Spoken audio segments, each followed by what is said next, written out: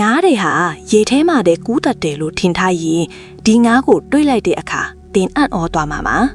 ဒီငါးဟာပင်လယ်ထဲကနေလေထဲကို2မီတာလောက်ထိပြန်နိုင်ပါတယ်ငါးဆိုတာမျိုးဟာရေထဲမှာနေတဲ့ရေကူးတဲ့ဒါတဘာဝပဲဒါပေမဲ့အခုတင်မြင်တွေ့ရမယ့်ဒီငါးကတော့အဲ့ဒီတဘာဝတရားရဲ့စီးမြင်ကိုအန်တုပစ်လိုက်ပါတယ်သူဟာရေကူးယုံတယ်မကပဲ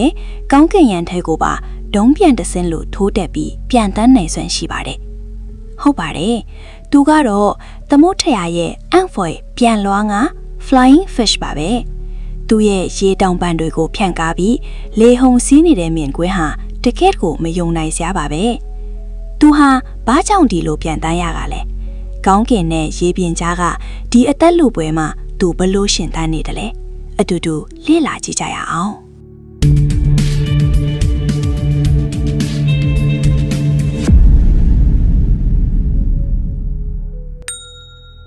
သမုဒ္ဒရာရဲ့အဆုံးအစမရှိတဲ့ရေပြင်ကျဲကြီးအောက်မှာတတ္တဝါပေါင်းစုံဟာအစာကွင်းဆက်အတိုင်းတကောင်းကိုတကောင်အမဲလိုက်နေကြပါတယ်။အဲ့ဒီထဲမှာမှခန္ဓာကိုယ်နုနေတဲ့ပြန်လွှားငါးလေးတွေဟာသူတို့ထက်ကြီးမားတဲ့ငါးကြီးတွေရဲ့အဓိကပြစ်မှထစ်နေတတ်ပါတယ်။ဒါပေမဲ့တဘာဝတရားဟာဒီငါးလေးတွေကိုအကအကွယ်မဲ့စွာပြစ်ထားခဲ့တာမဟုတ်ပဲအခြားငါးတွေမှာမရှိတဲ့ကောင်းကင်ထွက်ပေါက်ဆိုတဲ့ထူးခြားတဲ့ဆုလက်တစ်ခုကိုဘေးသနာထားပါတယ်။ပြန်လွှားငါးတကောင်ဟာရေအုပ်မှာရန်တူနဲ့ထိတ်တိတ်တွေ့ပြီးဆိုတာနဲ့၎င်းရဲ့အမီးကိုတစ်စက္ကန့်မှာအချိန်ပေါင်း80ခန့်အလွန်မြန်တဲ့နှုန်းနဲ့ရိမ့်ခါပြီးအချိန်မြင့်လိုက်ပါတယ်။အချိန်မြင့်ဆုံးရောက်တဲ့အခါမှာတော့ရေမျက်နှာပြင်ကိုခွဲထွက်ပြီးလေထဲကိုဒုံးပြန်တစင်းလို့ထိုးတက်သွားပါတယ်။ဒီအချိန်မှာသူတို့ရဲ့ရေတောင်ပံ pectoral fins ရေကြီးစီကိုလေထီးတစ်ခုလိုဖြန့်ကားလိုက်ပြီးကောင်းကင်ယံမှာစတင်လေဟုန်စီးပါတော့တယ်။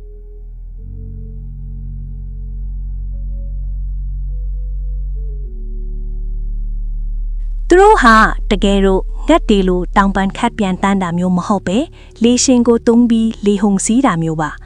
အခြေအနေကောင်းရင်ရေမျက်နှာပြင်အထက်4မီတာပေ73ပေခန့်အမြင့်အထိတက်နိုင်ပြီးမီတာ400ပေ1300ခန့်အကွာအဝေးအထိတစ်ဆက်တည်းပြန်တန်းနိုင်ကြပါတယ်ဒါဟာရေနေတတဝတကောင်အတွက်တော့မယုံနိုင်စရာအစွမ်းအစားတစ်ခုပါပဲဒါပေမဲ့ဒီထူးခြားတဲ့စွမ်းရည်ဟာသူတို့အတွက်လုံးဝဥဆောင်ဘေးကင်းလုံခြုံမှုကိုတော့မပေးနိုင်ပါဘူး။သူတို့ဟာလေထဲမှာရှိနေတဲ့အချိန်မှာရေအောက်ကညံသူတွေကိုလမ်းကြောင်းပြောက်သွားစေနိုင်ပေမဲ့ကောင်းကင်ယံမှာဝဲပြန်နေတဲ့ frigate bird လိုမျိုးပင်လယ်ငှက်တွေအတွက်တော့အရသာရှိတဲ့အသင့်စားအစာထိသွားပြန်ပါတယ်။ပြန်လွှားငါးလေးတွေဟာလေထဲမှာရှိနေတော့လမ်းကြောင်းကိုလိုတလို့ပြောင်းလဲဖို့ခက်ခဲတဲ့အတွက်ငှက်တွေရဲ့အမဲလိုက်ခြင်းကိုခံရတတ်ပါတယ်။ငှက်ရံကလွတ်ဖို့ရေထဲကိုပြန်ငုတ်ပြန်ရင်လေအောက်မှာပါဆက်ဟပြီးစောင့်နေတဲ့ဒိုရာဒိုနဲ့တူနာငါးကြီးတွေရဲ့အစာထစ်သွားနိုင်ပါတယ်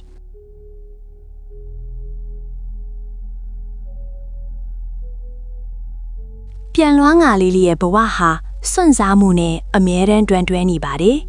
ရေထဲမှာနေရင်လည်းအစားခံရနိုင်တယ်လို့လေထဲကိုတက်ရင်လည်းအန်ဒီရဲ့ရှိပါတယ်ဒါပေမဲ့သူတို့ဟာအဲ့ဒီအန်ဒီရဲ့နှစ်ခုကြားမှာပဲအကောင်းဆုံးထွက်ပေါက်ကိုရှာဖွေပြီးမျိုးဆက်ပြန်ပွားအောင်ရှင်သန်နေကြတာမှာသူတို့ဟာကျွန်ုပ်တို့ကိုသင်ကြားပေးနေတာကတော့ဘဝမှာဘလောက်ပဲကျင်းတဲ့ချက်ထဲရောက်နေပါစေကို့မှာရှိတဲ့ထူးခြားတဲ့အရေးချင်းကိုယုံကြည်မှုရှိထုတ်သုံးပြီးအခွင့်အရေးတစ်တွေကိုရှာဖွေရမယ်ဆိုတဲ့သင်ခန်းစာပါပဲ